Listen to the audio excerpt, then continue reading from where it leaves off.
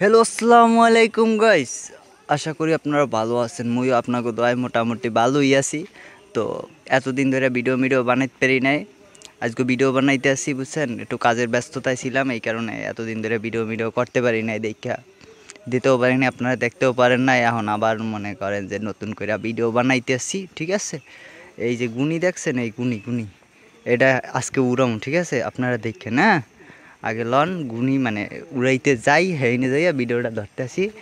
এখন মানে গুনিটা উড়াইতে যাই, ঠিক আছে। এই দেখেন, এটা আজকে উড়াবো বুঝছেন।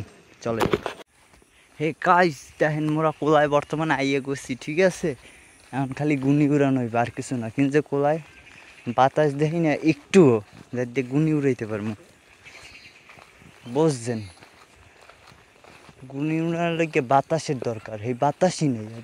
দেখি গুনি উড়ামো করতেরি না, তো দেখি পারি কিনা। এই হেই গাইস, আমরা এখন গুনি উড়াবো। গুনি বান্ধব টেঙে টেঙে টেঙে টেঙে।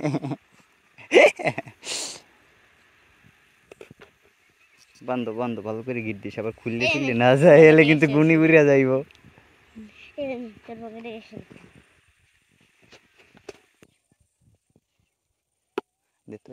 এখন থেকে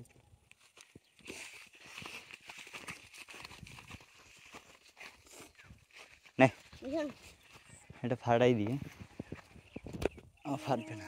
ছাড়ো ধর কুকুরে দেখ করে কি।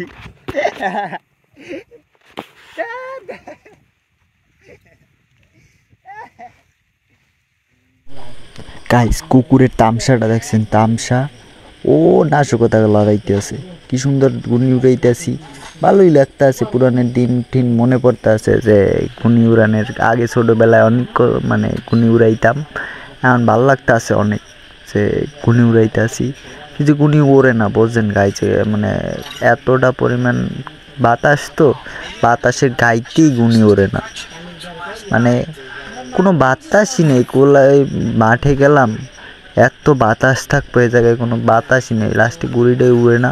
তবু একটু চেষ্টা করলাম আপনাকে দেখানোর লেগে যে গুনিটা ওড়ে না ওড়ে, বুঝছেন।